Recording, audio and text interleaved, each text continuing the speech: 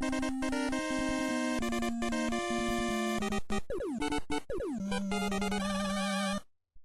what's up? My name's Mark, and this is Redraw, a little series of mine where I redraw a bunch of different Mega Man characters from my childhood and make them into something new-ish, update them, all that. And I gotta say, this one is definitely an interesting one. So, if you haven't been around and haven't been watching before, this is the sixth part of this ongoing little series where I take 30 of my original Mega Man drawings as a kid and redraw them as an adult some years later. And yeah, this is number 6. Um, I've stated before in other videos, but I'm going to split this series up into different sections where I take 8 drawings at a time and update them because there are usually 8 robot bosses in Mega Man, so that's kind of the rule of thumb that I'm going by right now. Also to give myself a little bit of a break, so I'm not burning myself out after however many drawings. So right now we're working on number 6. We are in the second half of this set, and this one is Beastman. So Beastman, um, it was a little bit interesting, just because his design was like so weird and like I guess very I mean, all the if you've been watching, all the other designs have been very just un-Mega Man-esque in design. So, but this one I feel like is one of the biggest examples of that. So, but I honestly, this guy ended up becoming one of my favorites to redraw, and one of the most involved as well. I actually sped up the footage a little bit, even more, just so that the video wouldn't be too long. But this guy, yeah, I would say this guy ended up being one of my favorites to redraw, just because he had a lot of detail in his design, at least the way I imagined reinterpreting him. I definitely wanted to recapture all like the different fur and all that stuff. And so yeah, this was one of the more detailed ones. Probably actually the most detailed one so far, just because of all the hair strands and all the weird wires and appendages that were coming out of him. And I'll explain what my direction was for this guy in a minute. Definitely one of the most thought I put into this guy's purpose, and the conclusion that I ended up coming up with for this guy was that he has no purpose. Really, he's a weird experiment that went wrong in some kind of, I imagine, like a secluded laboratory in the woods that ended up being abandoned because this guy ended up breaking out. And the story I came up with in my head was pretty much that this guy was an experiment, probably maybe like an early experiment on like what would become, I guess, Reploids in Mega Man X, but sort of in a weird different sense where I imagine like engineers were trying to create a robot or some kind of an android that would be able to sort of grow like people do, like when they grow up and all that, and sort of I physically grow and kind of mentally grow and adapt to, I guess, life in a sense. So they were basically, it was an early attempt for them to create life in a very strange way, and I imagine that this took place in some secluded part of the woods. It was like some top secret experiment, but it all went wrong because um, things just went haywire, and the robot here, Beastman, whom he was, I guess, dubbed after the fact. Um, I guess I imagine he kind of grew too much. His body was kind of like the growth, the influence of growth in his body was like kind of becoming too much and turned him crazy in a sense. And he ended up like growing in a weird way, in like a beast way, where like his arms became really long and lanky, and his legs were kind of stubby. So he ended up having to rely on being sort of like quadruped, like a quadruped. Excuse me, like a quadruped. I guess kind of like a, oh, I guess like a gorilla or something, or something like that. Some kind of ape. Obviously, the hair growth just wouldn't stop, and basically he just got out of control. And I guess his programming couldn't handle it, and he went crazy and started going crazy in the lab. And eventually, I guess the scientists sealed him up and tried to contain him in some kind of way so that he wouldn't get out. But eventually, the lab was abandoned, and I guess for whatever made up story that this game would have, I guess Dr. Wily would find him and release him, and Mega Man would have to travel to this abandoned, overgrown lab and defeat him and prevent him from getting out, I guess. So a little bit darker, a little bit of a darker, more involved narrative compared to pretty much every other guy that I've created so far. Um, like the other ones where I really only thought about like what their initial purpose would be, sort of being created. Like Gearman was an just old model robot in a factory creating other robots, and Geoman worked in volcanoes or whatever. But this is the first guy where I actually kind of thought about like how this guy would be kind of bad. I kind of wanted to make him like very feral looking, and just like in some kind of attack position. Just he looked both natural and unnatural in a way, I guess, if that makes any sense. So I really wanted to lean into that, and this guy ended up being probably taking the longest time out of any drawing.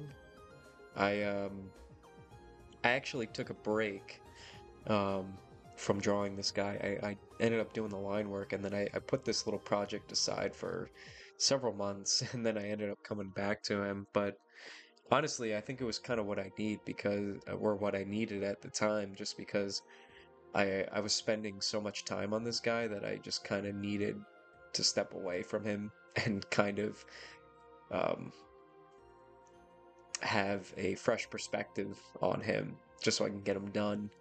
Because I was kind of falling into that trap of spending too much time on a drawing and just not seeing it through, not really progressing, just trying to figure out how much detail I can shove in there. But I think it ended up working out in the end, because this ended up becoming one of my favorite drawings thus far. Um, but yeah, as you can see, I am spending so much time on the hair, um, and his hands and his feet kind of morphed into like these claw-like shapes, these like weird gangly claw shapes that kind of ended up becoming sharp. Um, he's got overgrown hair everywhere, and his horns on the side, I actually imagine aren't really horns, but sort of some kind of, I guess, tubes to keep him contained, like in his capsule or whatever. Like he was connected through some tubes through his like ears, I guess, as well as probably some others. Probably his tail. That's kind of like the direction I was going for with his tail as well. It was some kind of apparatus holding him in place that he ended up ripping out, and it just was so happened to be attached to him. So that was kind of the direction I wanted to go for, some kind of weird kind of sci-fi horror almost, because you know, you get like existentialism in Mega Man in some cases with like the sci-fi elements, but you don't see too much horror. A little bit here and there, usually not like in the classic games. So I kind of wanted to experiment with that a little bit and see what I could do with that, just as like a little change of pace and everything. In terms of inspiration, I definitely looked at like Slash Man, who was from Seven, I think, and he definitely, I definitely took some some inspiration from him with the hair. Although I guess he has more like quills, but in Slash Man's case, from what I remember when I played the game, he had like Wolverine-like claws, and his design was like very purposeful. Like I think he was just made to like do deforestation or something like that. Like he had a clear purpose for what he was built for. Whereas this guy, I kind of wanted him to be some kind of forgotten experiment, that was deemed too dangerous to continue and kind of just left to rot. And I feel like that would kind of fit in a Mega Man game where this guy who was kind of built as just some weird test subject would kind of have some grudge against humanity because of the way he was treated, and also just kind of the fact that he was given no purpose. Like this guy is just, he was just left to rot. And I feel like it kind of makes me think about like all the other failed experiments that could have happened in this series. Like, how are they treated? Are they just scrapped? Are they just repurposed? Like, I don't know. Not to get all philosophical with everything in terms of that, but it was just an interesting, I guess, concept to explore. And I think that's kind of what helped really push me through this, is because I was just so obsessed with how this guy would fit. And I wanted to make him seem different from the other characters, in the sense that like he looks like almost unfinished, like some weird, just test subject, as I've said before. He's a weird test subject. He has no clear purpose. He was never properly manufactured. He's just kind of there. And I imagine like in the stage, like, I don't know, you could get like clues as to what the scientists' intentions were when creating him. Like maybe find little notes, little scraps of paper, or memos, or I don't know, some kind of data entries, where that would give you a few more pieces to the puzzle as you go further and further.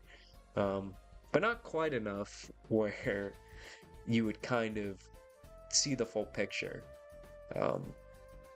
It would kind of be like a little bit of visual storytelling. And I think maybe the influence for that might just be because I've been playing a lot of Metroid and Resident Evil lately.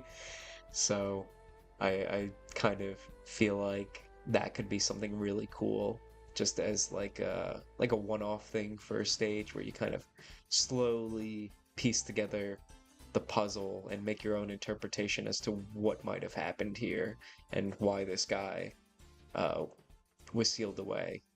So that's kind of it for that. Um, Definitely one of my favorites so far, and I went crazy with the lighting and everything in that sense. I kind of just decided to let myself go balls to the wall with this thing. I was definitely keeping in mind the lighting source for this guy. That was something I kind of really wanted to emphasize with this drawing, whereas with the other ones, I don't think I really did it quite as much. Like maybe with Jetman, I kind of emphasize the lighting from like his jet engines kind of being what frames the light source there. But with this guy, I kind of wanted to push that even further and kind of make it look almost kind of scary, where I'm at in the video. um, it's not really that noticeable yet, just kind of shading at first, but I kind of wanted to obscure some of the way he looks just to kind of instill some kind of sense of dread, I guess. Um, just because, like, I wanted to um, have people look at this guy and be like, well, have like a double take and just have them be like, oh, what the hell am I looking at? Like, and then eventually it's like, oh, ooh, ooh, some weird looking guy. Um, and honestly, it's kind of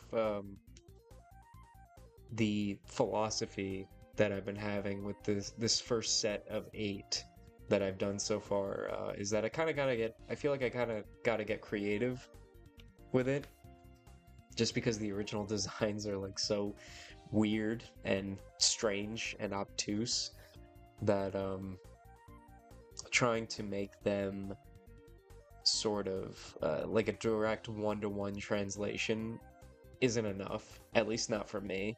So I kind of try to play with everything, like the posing, the lighting, the shading, obviously the colors and all that, and just try to make it all come together. I mean, that's actually, I didn't even mention before, but that's one of the other biggest challenges with this, is that none of the drawings, all 30 of them, are completely just pencil drawings. So I got to come up with color on the fly and try to figure out in my mind what would be the best color composition for these guys. And it's honestly, to be honest, it wasn't even something I really put much consideration in before I started this, but it ended up becoming one of the more involved parts of the process, kind of unexpectedly, and one of the trickier parts of this, because I mean, with these drawings, like, I at least have a basis for how they could look, or like have some kind of foundation with the pencil drawings in terms of their design.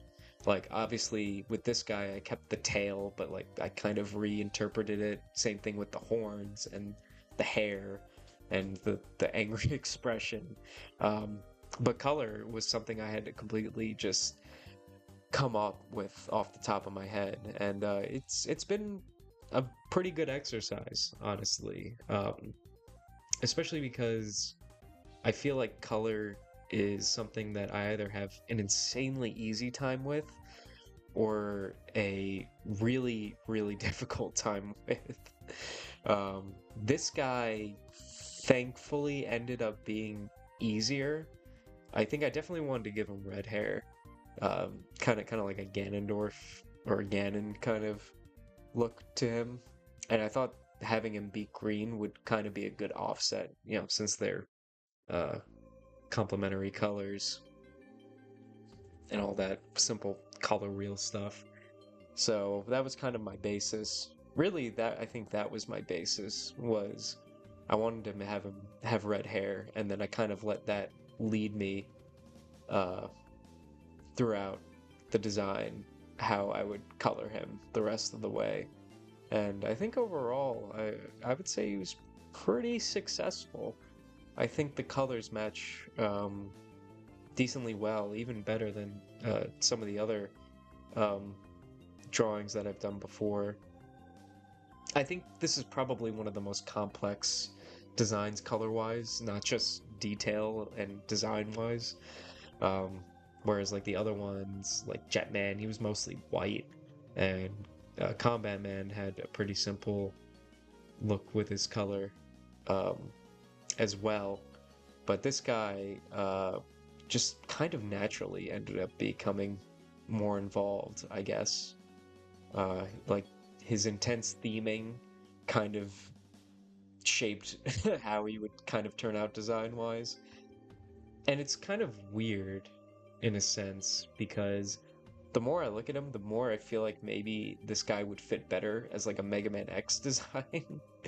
Like with the chest gem, and again, like just the darker and more complex design kind of fits a little more in that universe compared to classic Mega Man, who's a lot more bubbly and colorful. Um, but I kind of just rocked with it anyway because I think with this set, I wanted to go for something a little slightly more grounded. I think, you know, I purposely made the eyes smaller. I made the line work thinner. Um, the designs are a little more complex, like classic Mega Man designs.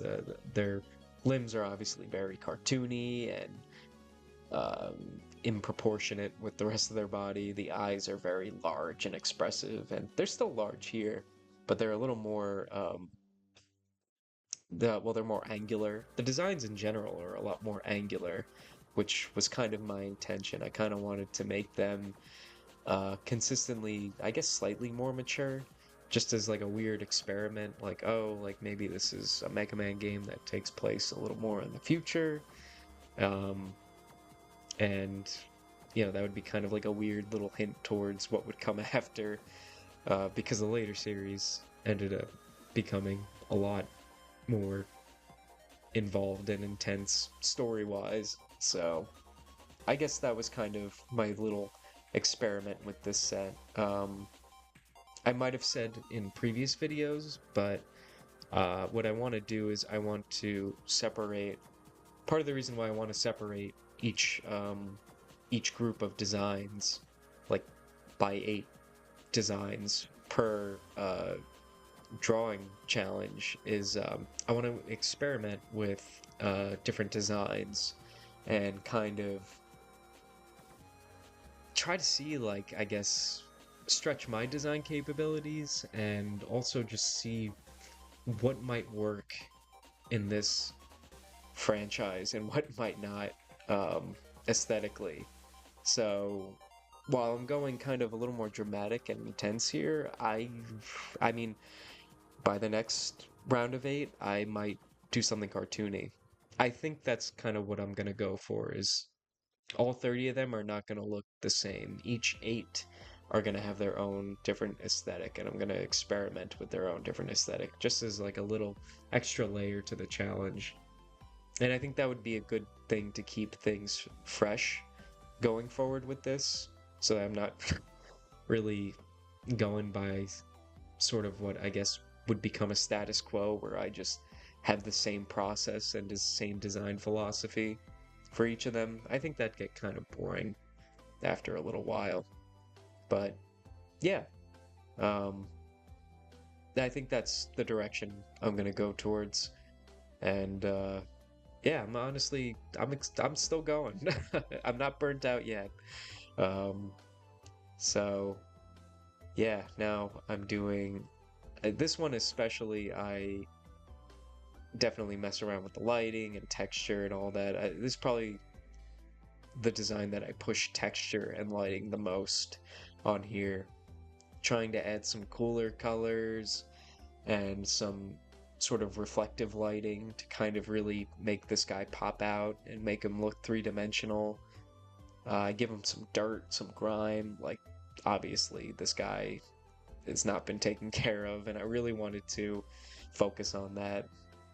And then the light source, which ended up being the gem in the middle, which I guess I would imagine is where, like, this guy's source of power would come from, for the fact that he's able to grow or whatever. Some weird future sci-fi mumbo jumbo explanation would be for that. So anyway, yeah, this is him. That's Beastman. Definitely one of the stranger designs. It only gets weirder from here, and even though he is very weird, I had a blast drawing this guy, and he's definitely one of my favorites for sure. I probably could have maybe toned down the lighting a little bit, but I really wanted to sort of dramatize it and kind of really deepen those shadows in contrast with the lights. So, anyway, that's him. That's Beastman. He's done. That's number 6 in the bag. We got 2 more left in this set. And hope you'll stick around for that next one. The next one's probably the weirdest one. So, yeah, stay tuned. All right. Well, anyway, see you around. Bye bye.